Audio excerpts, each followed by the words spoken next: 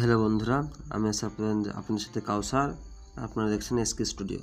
Ram Charan starrer এক paddy সিনেমার trailer আসছে, 1 মিনিটের একটা সিনেমাটা ট্রেলার দিয়ে তো ধাঁসও লাগছে।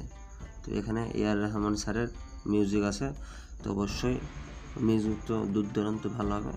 আর রামচরণ অ্যাক্টিং তো অবশ্যই জানি সবাই ভালো। তো এখানে অন্য কোনো কিছু বলার নাই। তবে হ্যাঁ, এর আগে রাঙ্গাস থালামার সিনেমা ছিল একদম রয়স্টিক, ঠিক এটাও ঠিক তাই।